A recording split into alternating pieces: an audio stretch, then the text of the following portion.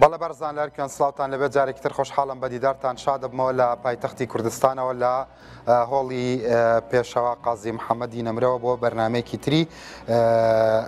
دەپرسیار خەریبوونایی بەرنمەکەم بیر بچێتەوە. دیارە بەڕێزانوەکو بەڵێنم پێدابوون ئەم بەرنمەیە هەموو ڕەنگەکانی تێدا بێ و فرسەتی ڕووداوە بۆ ئەوەی کە بەبێت جیاوازی کاندیدای هەموو پارتە سیاسیەکان بێن کارنامە و ئەجندای خۆیان و حزبەکان بە خەڵک ڕابگەێنن. ئەم شەویش کاندیدایەکی بەڕێزی تر کاک کاروان هاشم بربژێری ژمارە 28 بزوتنەوەی گۆڕان بۆ پەرلەمانی کوردستان میوانی ئێوەیە. بە کاکاروان فەرمێ بزانین ئەو چییە فەرمیام شەو فەرمێ.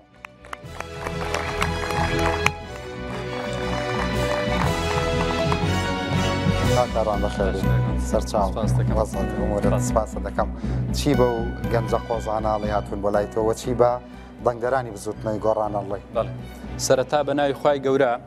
بەخێرات نێم هاوڕێ ئازیزانەکەم سڵاوم هەیە بۆ دەنگدەران و خەڵکی کوردستان. بە پشتیوانی خوا هاوڕێ نیوەڕێگا نابین بەردەوامە بین تا گۆڕانێکی ڕیشەی بە هەمان ڕۆحێتی سەردەمی کاک نەوشیروان و بە شوێن فکر و عەقڵی نەوشیروان مستەفا لە کوردستانە بەدێنین بەردەوامە بین. بەخێر بێ سەرچاوم سەرکەوتوو بن بفەرموو کاکاروان. دووبارە بەخێر بێ کاک کاروان هاشم بربژێری بزوتنەوەی گۆڕان. ئێستا بە بینەرانی بەڕێز زیاتر کاک کاروان هاشم بناسین ڕوودا و سیڤیەکی بۆ ئێوە ئامادە کردووە فەرموون. کاروان هاشم لە هەولێر بربژێری بزوتنەوەی گۆڕانە بۆ پەرلەمانی کوردستان لە ساڵی 1985 لەدایک بووە. بەشی کوردی لە کۆلێژی ئادابی زانکۆی سەلاحەدین تەواو کردووە. لە ژووری هەڵبژاردننی بزوتنەوەی گۆڕان کار دەکات.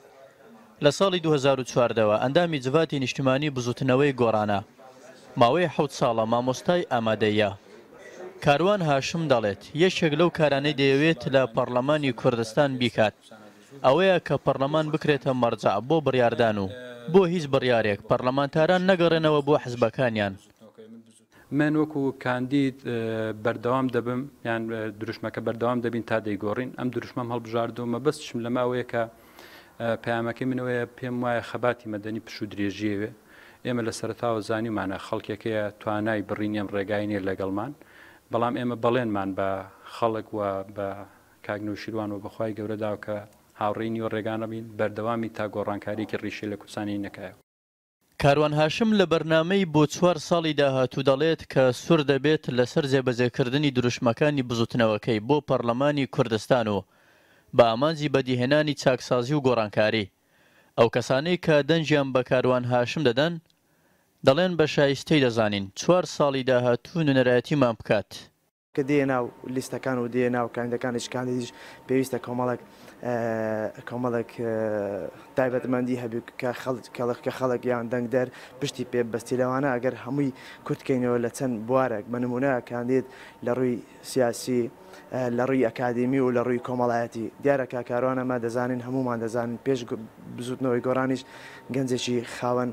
باگراوندش سیاسی بووە. ئیشی پەرلەمان بریتە لە دەرخستن دەرکردنی یاسا دیاریکردنی استراتیژی درێژخایان و دوورخایان و زۆرێک لە بابڵین داکۆچیکردن لەو بنەمایانێک کە تێدا لە پێناویدا دەچی و پێم وایە کاکاروانێک کە لەو کەسانێک کە زۆر ڕبچێتە پەرلەمان. بزوتنەوەی گۆڕان لە خولی چوارەمی پەرلەمانی کوردستان لە ڕووی ژمارەی کورسیەوە دووەم بوو. توانی 25 کورسی بەدەست بهێنێت. ئێستاش بۆ خولی 5ەم 100 بربژێری هەیە.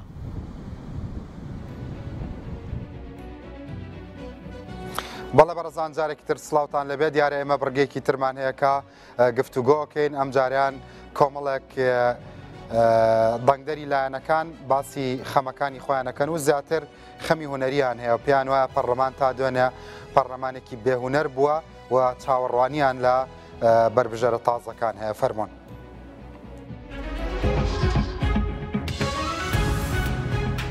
بەڵێ دیارە مەجلیسی ئەم جارەمان جیاوازترە ڕاستە باسی سیاسەتەکەین بەڵام سیاست و ڕەخنە لە سیاست و ڕەخنە لە پەرلەمان لە دڵ و زاری چەند هونەرمەندێکی ناسکەوە کاک حەمەسوار کە ڕۆژگارێ ئاکتەری شانۆیی بوو ئێستا نووسەر و ڕەخنەگری شانۆیی هەروە کاک ئیسماعیل ئاکۆیی کە هونەرمەندێکی ناسراوە دەنگدەری گۆڕانە دیارە کاکە حەمە سوار دەنگدەری یەکێتی نیشتیمانیە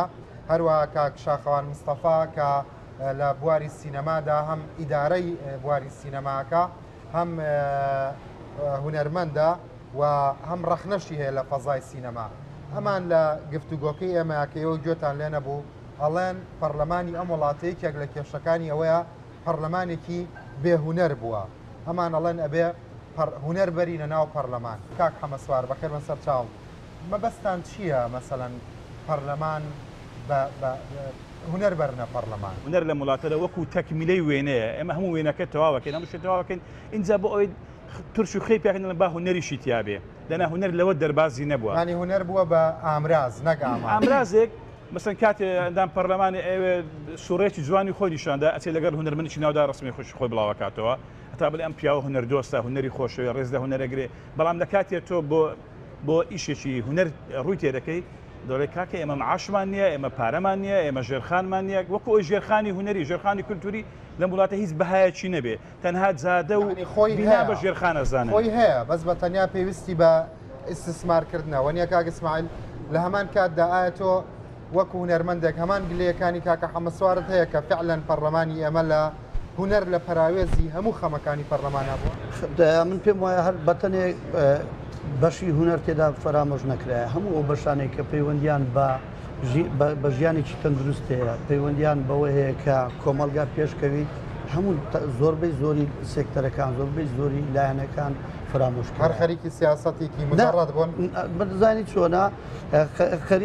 خەریکی سیاسەتێکی تەندروست نەبووینە خەریکی ململانێ بووینە خەریکی لە جیاتی وی پرۆژەی یەکتری قوبولکەن پرۆژە یەکتری دەوڵەمەندکەن بووینە ئاستەنگ لە بەرامبەر پرۆژەکانی یەکتری بەڵام کێشەکە ئەوەیە مەسەڵەن هەندێک کەس ئەڵێ مامۆستا شاخەوان ئەڵێ مشکلەکە ئەوەیە ئێمە خەڵکانێکە نێرینە پەرلەمان بەڵام دواتر ئەگەر ئەدایان باش بوو خراپ بوو لیان ناپرسینەوە تا 4 ساڵی تر کۆمەڵێکی ترە نێرین یا عیبرەت و دەرز وەرناگرین یا ئەگەر وەکو کاک ئیسماعیل ئاکۆیی فەرمووی ئەگەر مەسەڵەن پەرلەمانێکی تۆکمەنیە مەسەڵەن پێ دوانیە بێ خەڵکیش مشارەکەی هەبێ لە محاسەبەشە و بۆ زیاتر تۆکمەکردنی پرسیارێکی جوانە دەست خۆش بۆ ئەم بەرنامە بۆ دانیشتنە سلااو ڕێزم بۆ برادرانم زائیدەن لە دیدی خۆشتەوە لەسەر هونەر و ئەگەر بە دقیق قسە لەسەوە بکەین هونەر و جەناب چامەژت پێکرد چۆن بیبینە پەرلەمان یان ئەو پەرلەمانتارانەی کە 4 ساڵ جارە کولی خۆیان تاو دەکەن و ئەو لە بانگەشەی ئەو قسانەی کە هەیەە و لەوێ جێبەجێ هەنجێ بەجێ ناکەن ڕاستی لە ئاستی هونەر زۆر کەم تەرخەم بوونە بەبێ هیچ لایەن هەموو لایەنەکان هونەر بەگشتی هەتا تقریبان لایانی ڕۆشنبیریەکەش دەتوانین بڵین کەم تەرخەمیشی تاویان پێوە دیارە ڕاستە لیژنەی ڕۆشنبیری هەیە بە دوواداچوونەک دەکەن بەڵام نەتیجە نادەن هونەر تاکە هۆکارە بەبێ پاسەپۆرت بەبێ ناسنامە دەتوانێت سنووری وڵاتان ببرد زۆر باش هەر لەسەر ئەو قسەی تۆ من حەزەکەم لە سیارەکە تاگەینە شوێنی مەبەستەندە گفتوگۆی تر بکەین لەسەر ئەو قسەی کە جەنابی مامۆستا فعلەن زۆر میلەتی وەکو ئێمەیە کە جینۆسایدی بەسەر هاتووە کە نەکبەتی بەسەر هاتووە بە هونەر بردوێتێ دەرەوەی جوگرافیا سنووردارەکەی خۆی بڕێن گفتوگۆکەمان لێ تاوا بکەین دەیفەرموو.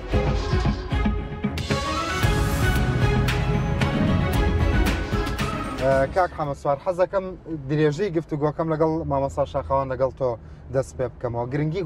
هونەر وەکو پاسپۆرت بۆ گەیاندنی خەمەکانی کورد ئەیتوانین چ ڕۆڵێ ببینە کاگرانس پێشوەی پێشوەی کاک حەمە سوار وەڵام بداتەوە ئەو شارەی لەسەر جوانە مەرگ لەسەر ڕامینی جوانە مەرگ نووسیتت بەڵێ شەید ڕامین پێم خۆش بوو ئەگەر بیخوێنیتەوە ئەمەش وەکو لاوانەوەیەک پێشکەشی دایکی بەڕێزیان و هەموو ئەو ڕامینانە بکەین کە بە ناحەق شەهید دەکرێن و لە پەتی سێدا جا ئێستا لە ناو مۆبایلەکەمدا بیدەزمەوە تۆ خۆت لەبەرتا ئەمانە وڵای ئەمە نووسیتمەوە بەڵام هەر پێم خۆش بوو لە سایتەکەت لە خزمەتەکەم لێ بە مەقام بۆمانی بڵێ پێم خۆش بوو پێم خۆش بوو ئەوەی بە خۆت زۆر باشە بینەرانی بەڕێزەمە بۆ شەید ڕامینەکانم نووسیوە من چی بڵێم ئەگەر کورسی ژێر قاچەکانی ڕامین بام بە سەد لەقەی ئەو جەلادە بۆ ساتێ ڕانا پسکام گەرپەتی سێدارەکەی بام یا لە ملیا پێش خنکانی خۆمە قرتان یا پێشەوەی بەیانی بێ خۆمە سووتان بەڵام چی بکەین نەشتوانین پشت خەینە ژێرپێی ئەتوانین لا نەدەین لە ڕێی فەرمووە مەسا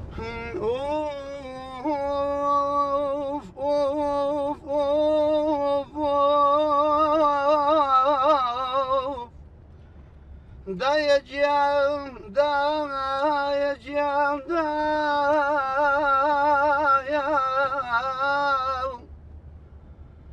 من چی بڵێم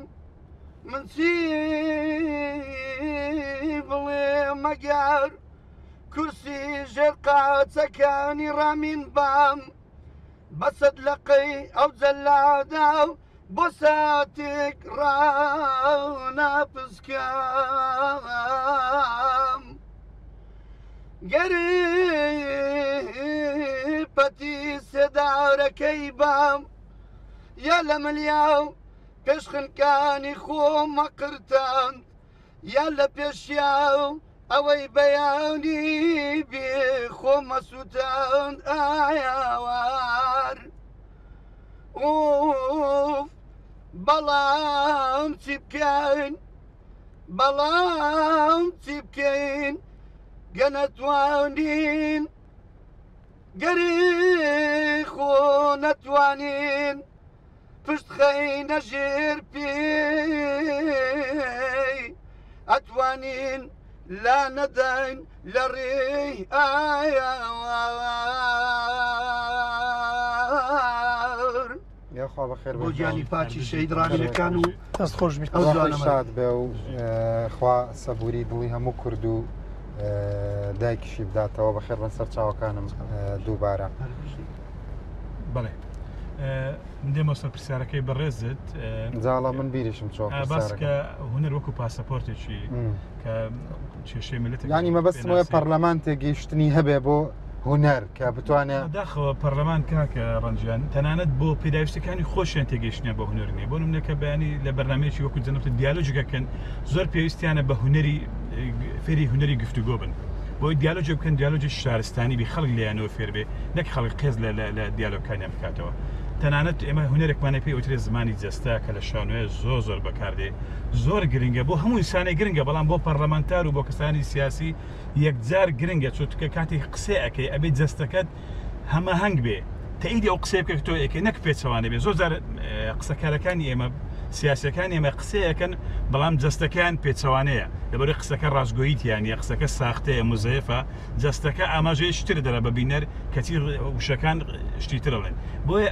ینی بەڕاستی هوەری جەستە یەکێک لەو هوەرە زۆر گرنگانەیە کە هەموو مرۆڤێک پێویستە فێری بێ بەڵام بە تایبەتی سیاسی و پەرلەمانتارەکان زۆر پێویستیان پێەیە بۆ ئەوەی کە قاتی قسەکەن قسەکانیان بەڕاستگۆیی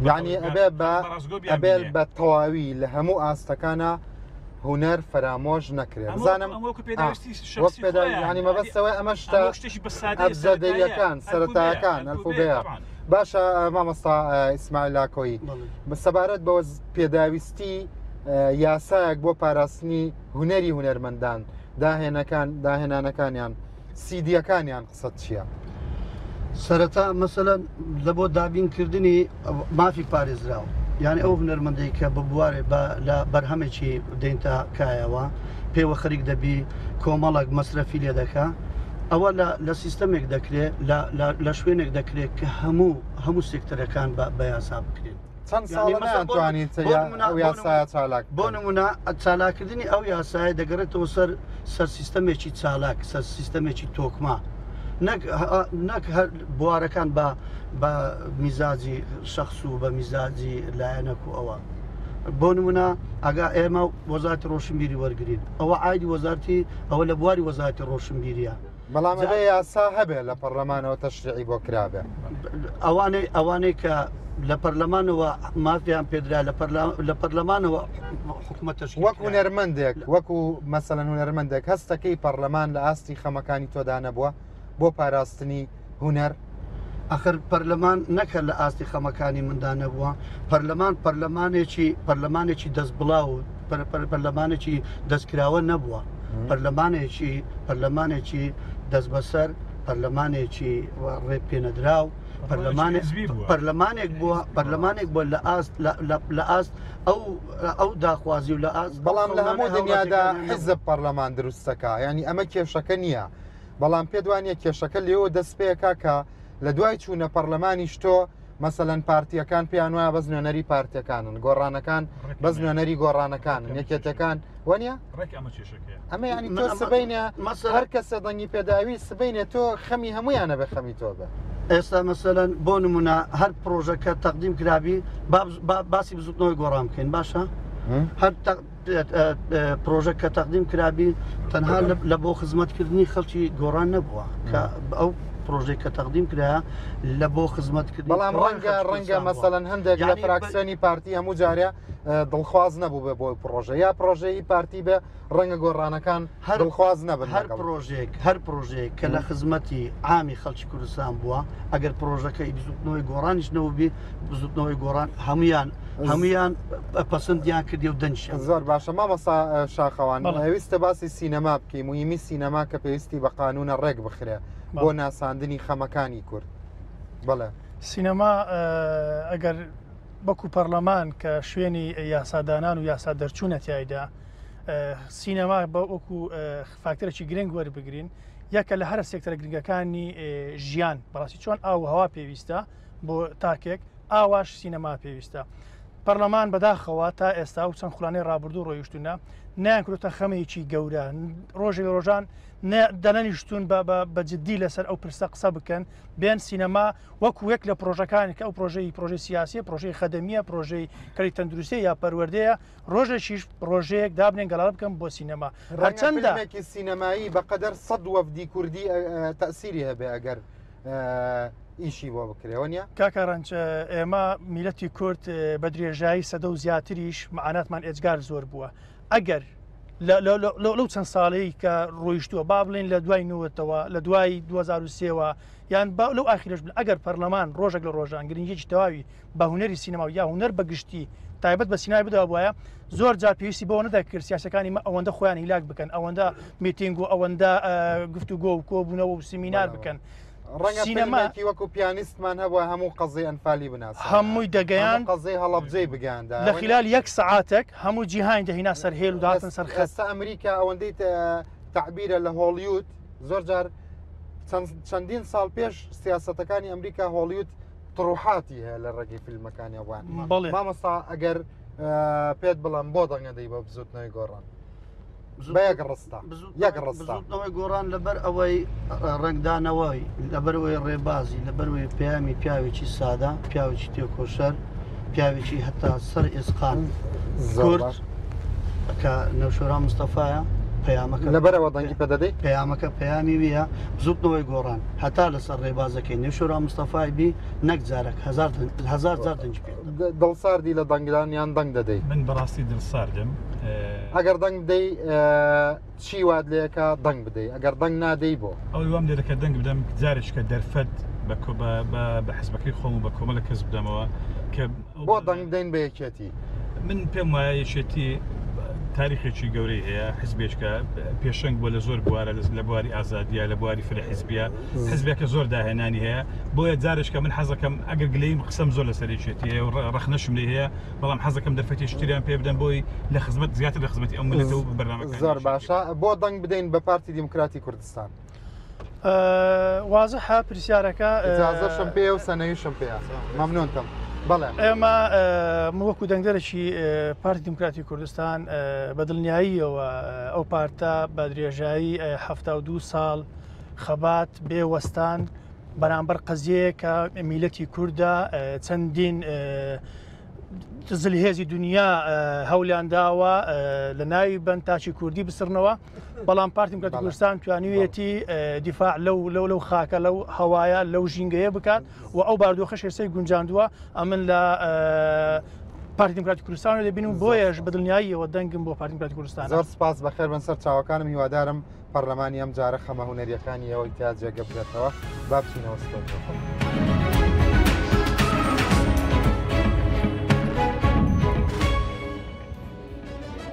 دووبارە بەخێر بە سەر چاوەکانم قسەت چییە بۆ ئەو هونەرمەندە بەڕێزانە و هەموو هونەرمەندانی کوردستان کە ئەوەی کە بەڕەسمی تۆمارە 3500 هونەرمەندمان هەیە سەرەتا دەستخۆشیان لەکەم گفتووەیەکی جوانیان کرد من هەر لەسەرەوەش قساکەم سەری ڕێز بۆ شەهیدانی کۆیە و ڕامین و لوقمان و زانار مرادی بەداخەوە برینێکن هاوشانی برینەکانی تر هەڵەبجە و کارەساتەکانی تر لەسەر جەستەی کورد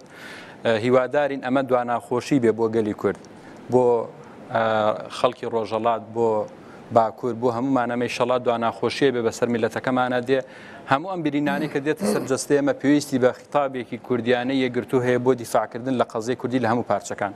لەسەر مەسلەی هونەر بەداخەوە لە ئێمە لە 92 کە حکوومەتی کوردیمانەیە ئەم حکوومەتە لەبەرەوەی لەسەر ئەساسێکی حزبی دروست بووە هونەریش بەداخەوە وەکو کەرەستەیەکی حزبی لەلایەن حزبە دەسەڵاتدارەکانەوە بەکار هاتووە نەمانتوانیوە وەکو دامەزراوەیەکی نیشتیمانی هەبێت دیفاع و بەرگری لە هونەرمەندان بکە و لە ڕێگای تەشجیعکردن و پشتیوانی هونەرمەندان بتوانین کێشەکانی خۆمانیا کارەساتەکانی کە بەسەر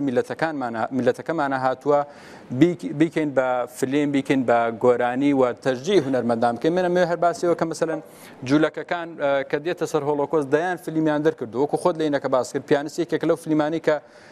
کارەساتی هۆڵۆکۆست بە هەموو گیان ئەناسیێنێ ئەگەر ڕۆشتیتە پەرلەمان فەرامۆشیان ناکەیت من بۆ خۆم یەکێک لەوانەیە کە ئیشی لەسەرەکەمەوەیە کە لە ڕێگای زۆر حەزە لە فیلم و هونەر و سینەما یەکێک لەوانە ئیشی لەسەرەکەم لە ڕێگای هاوڕێکانم بەدڵنیاوە لە ڕێگای هەموو پەرلەمانتارانی کوردستانەوە بە یاسایەک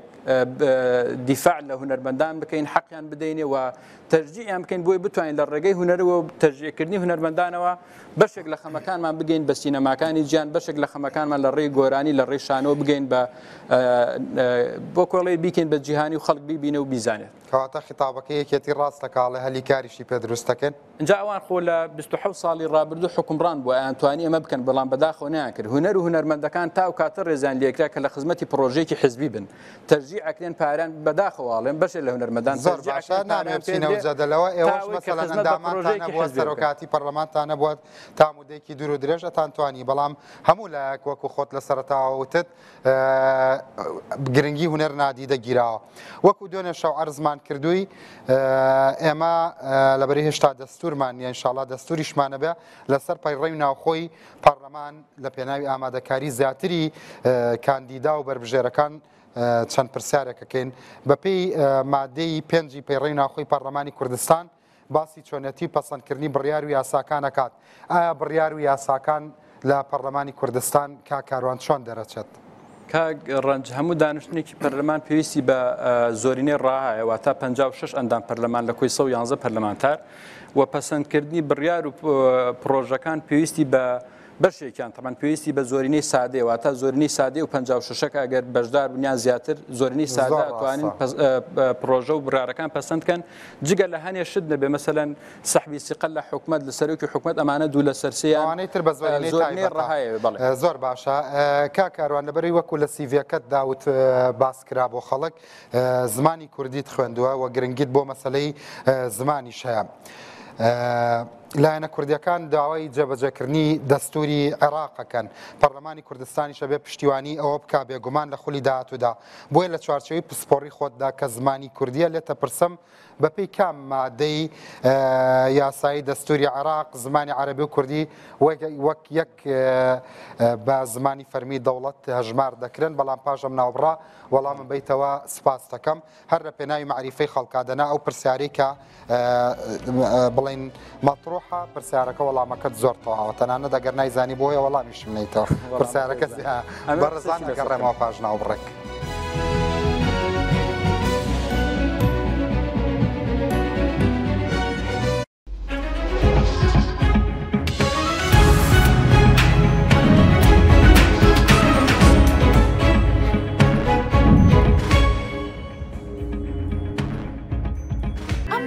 باسی بەرهەمێکی زۆر باشتان بۆ بکەم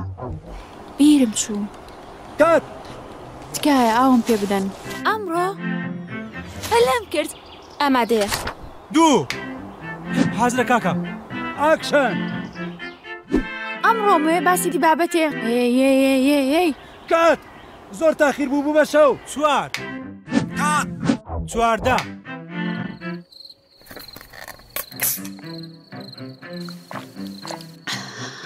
واو دێلاڤیێ تامی چەند خۆشە لە کۆمەڵی گژوگەی سروشتی شاخەکانی ئاڵپای سویسرا بەرهەمهاتووە و 9 جۆر ڤیتامینی هەرە پێویستی تێدایە و زۆر تەندروست و بەسوودە و مرۆڤ لە زۆربەی نەخۆشیەکان دەپارێزێ. دێلاڤیێ خۆشاوی ژین.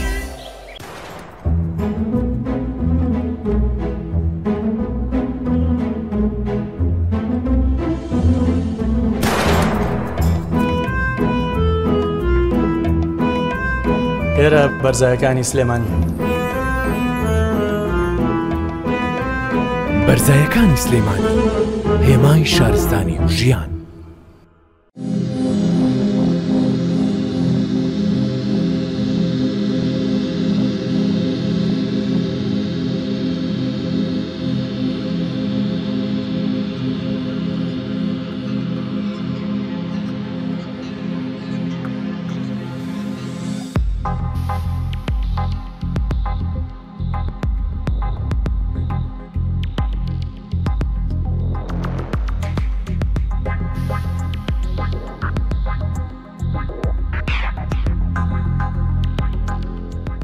Business Class.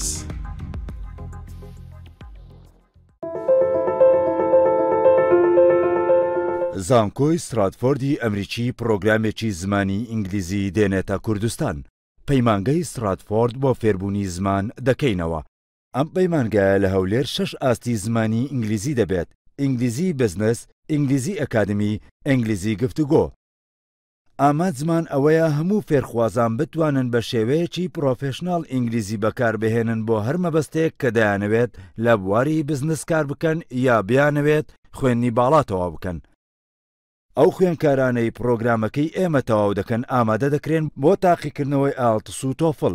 بۆ ئەوەی بتوانن ئەو سەرکەوتنە بەدەست بهێنن کە دەیانەوێت لە هەر بوارێکدا کە هەڵی دەبژێرن.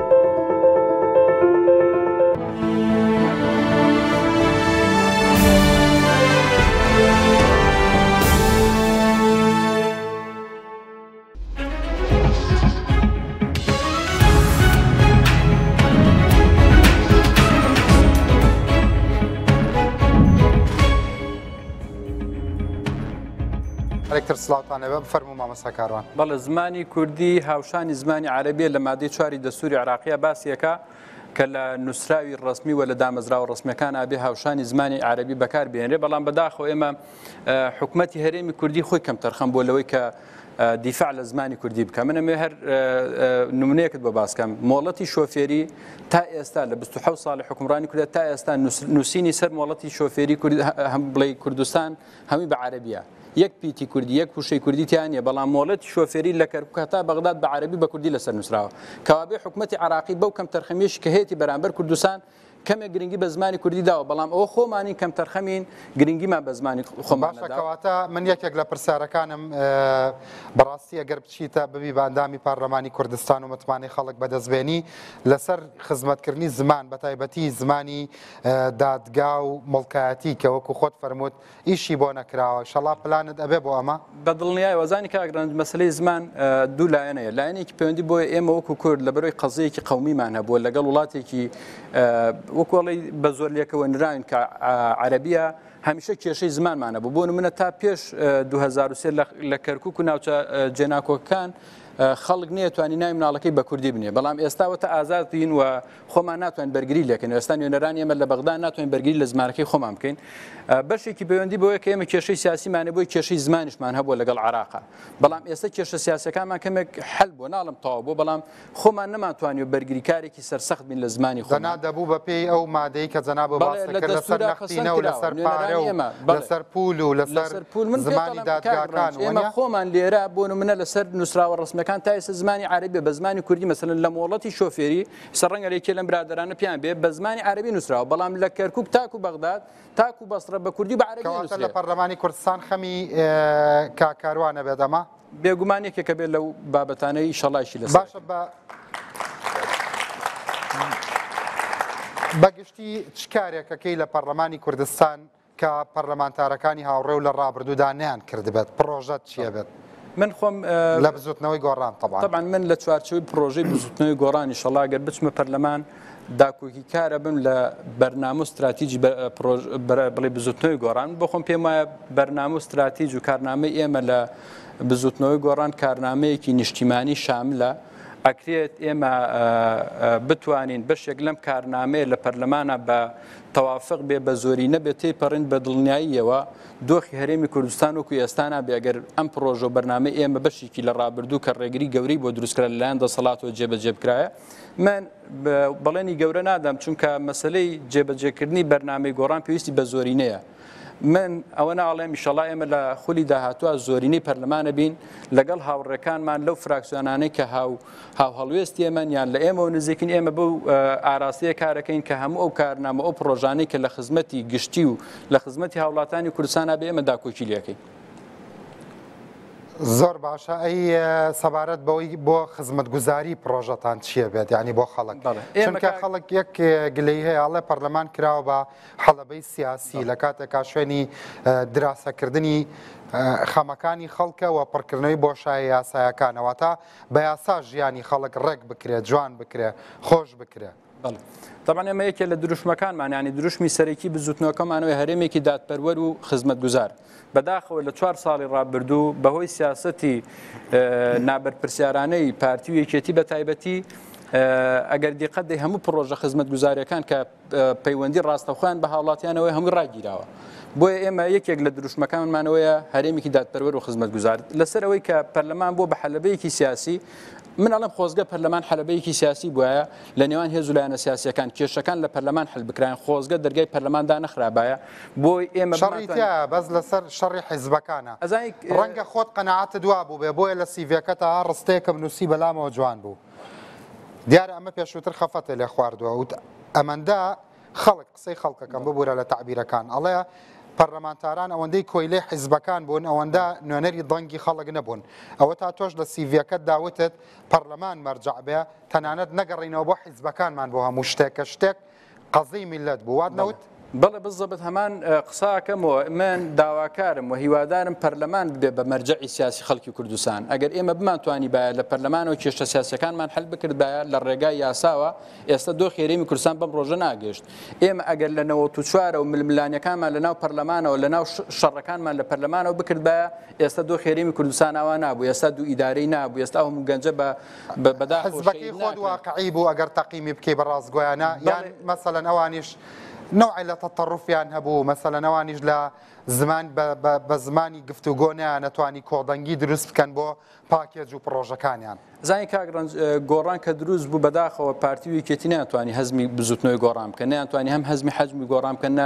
و پرۆژەکانی بزوتنەوەی گۆڕان بکەن ینی بۆ نمونە یەکێک لەوانەیە کە هەمیشە ڕەخنا یان بەتەعن لە بزوتنەوەکەمانە گیرە مەسەلەی کابانی ماڵ بۆچە بۆ کابانی ماڵ بە طبعا ئەمە زۆرترین قسەی لەسەر کرا ئێمە بە پرۆژە بردمانە پەرلەمان لە هەموو دنیا فیئەیە کە خزمەت بە فیئەیەکی تر بکە ئەبێ تۆ پاداشتی بکەیت ئافرەتێک کە لە ماڵ خزمەتی پیاوەکەیەکە خزمەتی مناڵەکانیەکە ئەچێتە زانکۆ فرسەتی ئەوی بۆ ڕێک نەکەوتووە لە شوێنێک لە دامەزراوەیەک لە کەرتی حکومی لە کەرتی تایبەت دابمەزرێ و ئەتماد بخاتە سەر خۆی زۆر ئاسایە حکومەت دەعمی مادی بکە بەڵام زۆر کەس قەنەعاتی وایە ئەمە مەسەلەن بەرهەمی دراسە نەکردن بۆ ئەمە نەزعایەکی پۆپۆلیستانە بوو بۆ خوتوکەدانی هەست و ئەرزیەتی جێبەجێکردنی نەبوو و ئایا ئەو جۆرە لە بەڵێندان بە خەڵک پێ وایە خزمەتی ئەجندای گۆڕانەکە یا لە نەتیجا ناتوانێت جێبەجێ بکە و وەکو خۆت فەرمووت لەوانێ بە نەرێنی بە نەگەتیڤ بەسەریا بشکێتەوە زانی کاگرنج ئێمە پرۆژەکانمان واقعی بوون و بەرنامە و کارنامەکەمان لە چوارچێوەی هەرێمی کوردستانە زۆر واقعی بوون ئێمە باسی ئێستا ناکەین باسی 2009 تا 2014 کەین لە ساڵانە 170 بودجەی عراق بۆ کوردستان هات کە نزیکەی 12 میلیارد دلار بوو سەردەمێک 10 میلیارد بوو دوای گەشتە 12 میلیارد و زیاتریش ئەو پارەیە بەداخە ئەوەی بە هەدەر درا ئەوەی درا بە حزبەکان ئەوەی بە پرۆژەی وەهمی سەرفکرا ئەکرا ئەو پارەیە لە خزمەتی خەڵکی کوردستانە بووە لە خزمەتی پرۆژەکان بووە لە خزمەتی هەموو فئەکان بە جیاوازی مەسەلەن هەندێک جار گلەیی خەڵکە مۆزوعەکانی پارتی وەکێتی لە ئێوە ئەوەیە بەردەوام ئەڵێن نەکرا مەسەلەن ئایا قابلی مقارنەیە ژماری گەڕەکەکان ژماری نەخۆشخانەکان ژماری خوێندگاکان ژماری زانکۆکان ژماری ئەو پرۆژەیە ساڕێک و پێکانی کە لە سەردەمی پەرلەمانی کوردستانی شادەرچووە پێم خۆشە هەر لەسەرەوەی ئەڵێ ینی قابلی مقارنە من یەک نمونەت بۆ باسەکەم ئێمە لە هەولێری پایتەختین ئێستا پێم خۆشە تۆ لە ماوە لەسەر قەزیت دەرمان و وەزارەتی تەندروستی زۆر قسەت کرد پێم خۆشە بە دوواداچوونی ئیشم کردو پێم خۆشە هەر منیش نیم ببورن بتخوا وشەی منم بەکارێنا چونکە من یەک کەس بووم 3,750,000 کەس لەگەڵ ڕووداوە لەو قەزەیە کە قەت خەڵکەوەندە دەنگ نادا ئەوە قەزەی نەڕووداوە هی کووردە ببورە وشەی منم بەکارێنا من یەک کەسم پێشکەشکارەکە بووم هیچی پێم خۆشە لەسەر کەرتی تەندروستی قسە بکەم لە هەولێری پایتەخت ئێمە لە هەولێری پایتەختین 27 ساڵ لە حکومڕانی کوردستان ئەم شاری کردو بە پایتەخت بڕۆ بپرسە بزان حکومەتی هەرێمی کوردستان بە 27 ساڵ چەند مستەشفای لەم شاری هەولێرە دروست کردووە مستەشفای ڕزگاریە لە سەردەمی حکومەتی عراقی دروست کراوە تەواری سنتەری شارێ لە سەردەمی حکومەتی عراقی دروست کراوە تەواری ڕۆژئاوا دروست کراوە بۆ ئاگاداری لەسەر بودجەی ئەمریکیەکان من لە تۆ گلەیم زۆرترە لە سەکتەری تەندروستی بەڵام لەبەری تۆ سیاسیەن لە بەرنامەکەمان استثماریەکەی یعنی ئامارەکان وا ناڵێن من پێم خۆشە بە دوواداچوون بکەیت یەک خەستەخانە لەم شاری هەولێرە دروست نەکراوە ئەوەی هەیە تەواری ڕۆژئاوای دروست کراوە لەسەر بودجەی ئەمریکیەکان لە مستەوای نەخۆشخانە ڕزگاریان نەکراوە هیچ نەخۆشخانەیەکی گەورە لەسەر لەم پایتەختی کوردستانە دروست نەکراوە کە تۆڵی هەست ناکە ینی مەسلەی ئەم پارەی هاتۆ مقارنەیەکەوت کرد کە شت دروستکرا من پێتەڵم نەکراوە لەسەر کەرتی پەروەردە تێ قسە بکە ئەڵێ قوتابخانە دروست کراوە بەڵە قوتابخانە دروست کراوە بەس ئێمە با بێن لە کوالێتی کەرتی پەروەردە بکۆڵنەوە ئایا کوالێتی کەرتی پەروەردە لە ئاسی تومحی ئێمایە لە ئاسی تومحی توایە لە ئاسی تومحی خەڵکی کوردستانە ئێستا بەداخەوە پارتی و یەکێتی ئەم کەرتەشیان بە حزبی و بە بازرگانی کردو خۆ من لەگەڵەوەم کەرتی تایبەت ئەبێ لە هەموو دنیا تەرجیع ئەکرێ پشتیوانی ئەکرێ بەڵام دوو کەرتی زۆر حساسەیە کە کەرتی سەحە و کەرتی پەروەردە ئەکرێ ئەم دوو کەرتە حکومەتی هەرێمی کوردستان وەکو دوو هینی نیشتیمانی سەیریان کە خزمەتیان کە دەعمیان کە نەک ئەوەی تەسلیمی کەرتی تایبەتی بکە وەکو ئەوەی ئێستا بینین کەرتی تایبەت ئەگەر بە معنا بکرێ بە قانونی ڕێک بخرێ کەرتی تایبەت زۆر باش وانە بەڵام لە ڕەنگە لە کەرتی گشتی زیاتر قابلی محاسبە و ڕقابەتی پەرلەمان بەس بە ڕێکوپێکی بکرێوانە مامەستا بۆی دەرفەتێ بەم قەدر لێ نەکەم پرسیارەکانی سیاسیەکانیش لێ بکەم چونکە تۆ جگە لەو مەسەلانە ئەندامی جڤاتی نیشتیمانیت و هەموم و خەمی سیاسیشت هەیە گۆڕان لە دوو هەڵبژاردننی ڕابردووی پەرلەمانی کوردستانە یەکەم بەڵام ئێستا پێشبینیەوە کرێت یەکێتی لە دوای پارتیەوە بێت و پلەی دووەم بەدەست بێنێت هیچ هۆکارێکی مقنعانە هەیە بڵێ ئێوە ئەم جارە دووەمە بن نەک یەکێتی من بۆ خۆم پێم وایە ئێمە هێزی دووەمین و ئیشەڵا دەنگەکانیشمان زیادەکە لەسەرەوەی کە یەکێتیە بێ بە هێزی دووەم نازانم بەچی پێوەرێک یان بەچی ئامارێکی تێ بێ بە هێزی دووەم یەکەمی تەمۆحتان نییە با ئێمە شەڕ بۆ یەکەمیەکەین وەکوتم ئێمە هێزی دووەمین هیچ گومانم نییە بەڵام ئیشەڵا دەنگەکانمان زیادەکە بۆی بین بە هێزیەکەم بەڵام لەسەرەوەی کە یەکێتیە بێ بە هێزی دووەم نازانم یەکێتی ئەگەر سەیری 4 ساڵی ڕابردوو یەکێتی کە گەورەترین خیانەتیان لەم گەلە کردووە ئەوان 16 ئۆکتۆبەریان کردووە پێم وایە خەڵکی کوردستان لە زاکریا 16 ئۆکتۆبەر لەبیر نەکراوە بۆ من بۆ خۆم پێم وایە بە هیچ پێوەرێک یەکێتی نیشتیمانی کوردستان دەنگەکان وەرەگرێ لە کاتێکە لە ساوەتی ڕووداوەکانە هیچ حرفێکتان نەوت یعنی پێدوانی ئەو کاتە خەڵک بزوتنەوەی گۆڕان بە ڕازگۆ زانە کە لە کاتی خۆیان قسە بکە نەک هەڵی بگرێ پەنگ بخواتەوە ئەو ڕۆژەی کە ئەوێ ئیستثماری بکا بۆ دەنگ ئەگەر خیانەتە بۆ لە ڕۆژی خۆیانەتان ئەگەر ڕفراندۆم خراپە بۆ دوێنێ و پێریاڵێن مەسەلەن دەستکەوتە لە کاتی خۆیان لەگەڵانە بوون ئەو قسەی تەناقوزاتانە زەرەرتان لێ نایە مامۆستا کاگڕەنجە و قسەی برادرەکە ناکرێت تعبیر لە سیاسەتی بزوتنەوەکەماک بەڵێ ئێمە ئێستا شێڵێن ڕفراندۆم ئێمە لەگەڵ ڕیفراندۆم بووین بۆ دەوڵەتی کوردی بەڵام لەم کاتەدانا ئێمە لە بەرنامە لە استراتیژی خۆمانە لە ڕێکوتنەکە 16 ئۆکتۆبەر ڕۆژی خۆی بۆ قسەتان نەکرد لەبەر خەریکی نزیک بوونەوە بوون نەخێر کاگڕەنج ئێمە لە ڕۆژی 7 ئۆکتۆبەر بەیاننامەیەکمان دەرکرد بە ناوی بزوتنەوەی گۆڕان و باسی ئەومان کرد و من هەندێک شتێ هەندێک شتێ پەیوەندی بە ئەمنی قەومی من ناتوان ئێستا لێرە باسکەم ئێمە هۆکاری یەک پارتی بڵاومان کردوەوە کە شت ئەویان پەیوەندی بە بەیاننامەکەمانەوە نییە 15 ئۆکتۆبەر ئێمە ئامازانی 16 ئۆکتۆبەر ڕۆدا و داوایان لێ کردین ئەگەر ئێمە ڕازی بوونا ئێستا هەرێمی کوردستان دوو هەرێم بوو ئێمە لە هەرێمی سلێمانی باڵادەست بووین بەڵام ئێمە بۆ یەک پارچەی هەرێمی کوردستان داوای لێکردن ئەوە کوتم ڕەنگە پەیوەندی بە ئەمنی قەومی بێ نەکرێ من لێرە باسکەم ئەو هێزە ئەقلیمیانی کە 16 ئۆکتۆبەریان بە هاوکاری یەکێتی کرد ئەگەر ئێمە بچوناتە ژێر داواکاریەوانەوە ئێستا هەرێمی کوردستان دوو هەرێم بوو ئەوە ئێمە بووین هەرێمی کوردستانمان بە یەکگرتووی یەشتەوە یەکێتی نیشتیمانی کوردستان یعنی وڵات هەیە داوای لێکردوون ئێوە مشارەکە بکەن ئەو هێزەی کە 16 ئۆکتۆبەری کرد ئەو هێزە ئەقلیمەی کە لەگەڵ یەکێتی نیشتیمانی کوردستان و لە هەڵەی ڕیفراندۆم 16 ئۆکتۆبەریان کرد بەڵێ ئەگەر ئێمە داواکاریەکانی ئەوانمان قبول کرا ئێستا هەرێمی کوردستان دوو هەرێم بەڵام تا سەیەکێتی نیشتیمانی کوردستان ئەڵێ هیچ بەڵگەیەک نییە و ئەوە مەسەلە مەسلەی پروپاگەندەیە بەرامبەر بە یەکێتی جێگیری یەکەمی سکرتێری گشتی کە ئێستا ڕۆڵی سکرتێری گشتیە بینێ بەیاننامەیەکی دەرکرد لە 7 ئۆکتۆبەر وتی بەداخەوە خیانەتی بەشێک لە ناو قیادەی یەکێتی نیشتیمانی کوردستان 16 یعنی بە کورت و مختصری ئێران داوای لە ئێوە کرد لە 16 ئۆکتۆبەرە لەگەڵان بن ئێمە ئەگەر لەگەڵان بوونا ئێستا دوو هەرێم بوو لە هەرێمی سلێمان ئێمە ڕەتمان کردەوە یەک پارچەی خاکی هەرێمی کوردستانمان پاراست بڵێ ئەی لەو کاتەوە بۆ قسێتان نەکردەوە ئەمڕۆوە پروپاگەندەیڵەن پروپاگەندەنی هەنێشتە ئێمە نامانێت پەیوەندی بە ئەمنی قەومی وڵاتەکەمانە نامانێت بزانین ئەوە خەڵکی کوردستان ئەمنی قەومی چی خەریک بۆ قەوم نەمێنێ بەداخەوە بوو بەڵام ئێمەوەمان پاراست ئێمە ئەو یەک پارچەی خاکی هەرێمی کوردستانمان پاراست زۆر باشە کشانەوەی هاوپەیمانی بۆ دیموکراسی و دادپەروەری وای زیاتری هەمووان یەکێتی و ئیسلامیەکان چاویان لە دەنگی ئەوان بێت پێت وایە بەشێک لە دەنگدەرانی هاوپەیمانی دەنگ بدەنە ئێوە و پارتی من پێم وایە دەنگدەرێک ئەگەر دەنگی بە پارتی و یەکێتی نەدابێت لە تووڕەی لە پارتی و یەکێتی و دەسەڵاتی و کوردی دەنگی بە هەر حزبێکدا بێت مستحیلە بگەڕێتەوە بۆ پارتی و یەکێتی من بۆ خۆم پێم وایە ئەو دەنگانە دەنگی ناڕازی بوون لە یەکێتی و لە پارتی بۆیە پێم وایە بەشێک ئەو دەنگانە بەشێکی زۆری ئەو دەنگانە بۆ بستنەوەی گۆڕانە گەڕێنەوە بەڵام تیاتی ئێستا بە گروپ ئەچێتەوە ناو یەکێتی یعنی چۆن بەم مطلق ئەزانی کاگڕانج لە ئێمەش دروست بین لە 25 حوت خەڵکێکی زۆران هێنایە سەر شاشەوتیان گەڕانەوە ناو ماڵە گەورەکە بەڵام گۆڕان هەر دەنگەکانی زیاتر خەڵکی ئێوە گەڕایەوە ناو ماڵە گەورەکە گەڕایە ناو پارتیش کاگڕانج خەڵک گەڕایەوە ئەوانە کۆمەڵە کارکتەری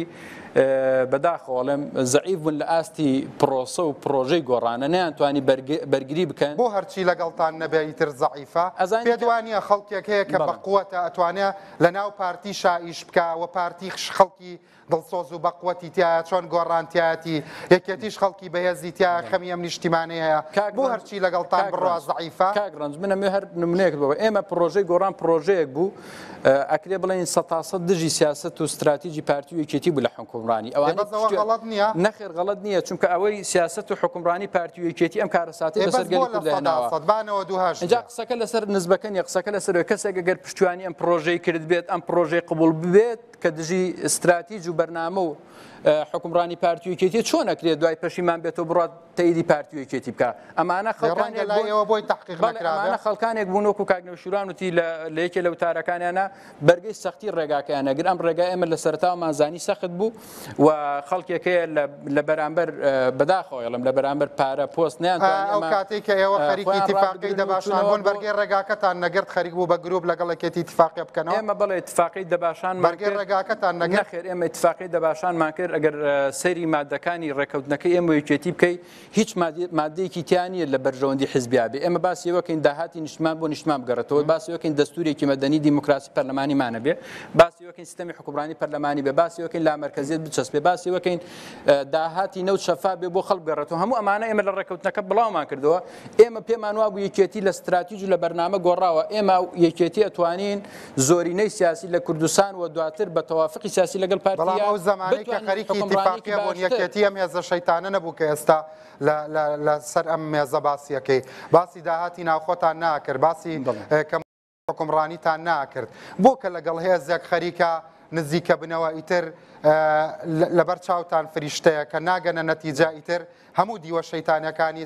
ئیستسمارەکەن پێچەوە نابێتەوە ئێستاش خوازیار بووینەوە ڕێکەوتنە جێبەجێ بکرێت ئێمە لەگەڵ یەکێتی ڕێکەوتنەکەمان لە ئاستێکی باڵا کرد بۆی دۆخی حکومڕانی بگۆڕین و دۆخی ئابووری و کۆمەڵایەتی و پەروەردە و ئەمانە هەموو لە ناو خەڵکە بە شێوازی سەردانی کردیان مامۆستا پەیوەندیەکانتان ئاسایی بۆ لەگەڵ یەکێتی نەخێر ئێمە ئەو سەردانەی یەکێتی نیشتیمانی کوردستان دوای ئەوهات کە 12/5 بەداخەوە یەکێتی نیشتیمانی کوردستان لە ڕێگای دۆشکەی وزارەتی پێشمەرگەوە بە ناڕەوا هێرشیان کردە سەر گردەکە پیان وە بستنەوەی گۆڕان تەسلیمی ئیرادەوانە بێ هاتن داوای لێبوردنیان کرد و هاتنە سەر گۆڕی کاگنەوشیروان بۆ داوای لێبوردن بەڵام ئێمە وەکو بزوتنەوەی گۆڕان بڕیامان نەخێر وتمان ڕێکارە یاساییەکان بەرامبەر ئەو کارکتەرانە ئەو کەسانەی لە پشتی ئەو کارکتەرەوە بوون بەردەوامە بێت تاکو ئەگات بە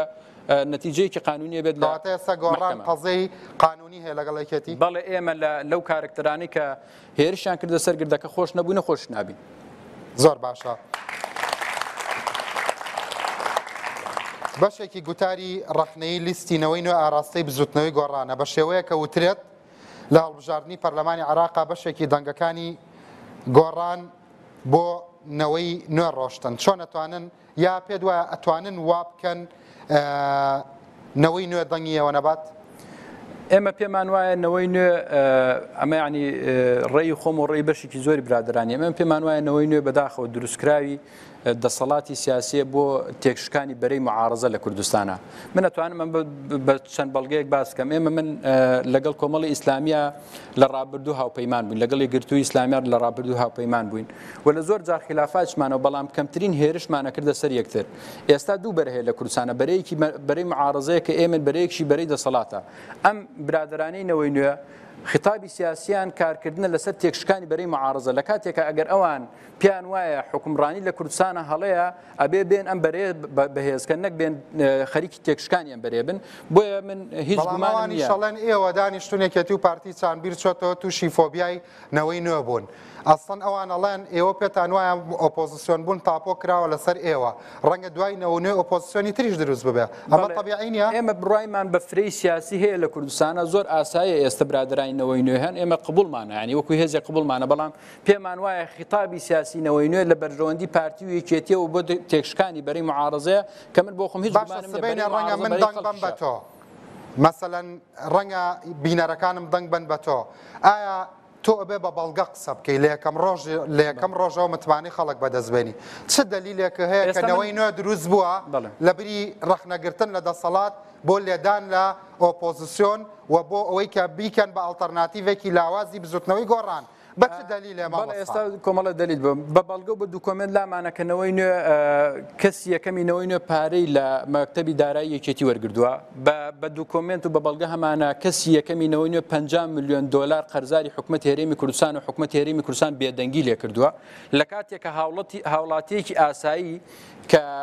پێشینەی بۆ خانوبەرە وەرگردووە هەموو مانگێک و هەموو ساڵێک ئەبێ پارەکە بدا